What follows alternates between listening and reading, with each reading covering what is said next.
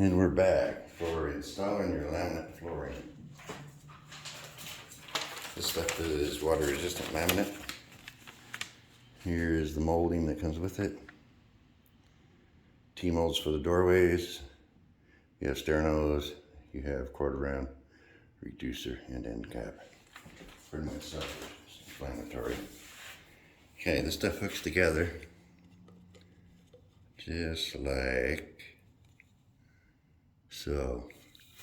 It creates a nice little seam, nice and tight. That's where you want to keep that. Keep an eye on that because sometimes they don't quite click in. Okay, saws. This little zip tool or a jigsaw works really good. The other one is battery powered skill saw. That one right there works really good. And then you use a speed square. If you have the big saws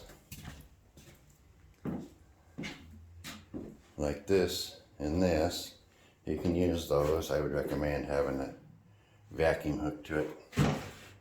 I use a special switch that turns on the vacuum after the saw is turned on, automatic. Anyway, ear protection, tapes, pencils.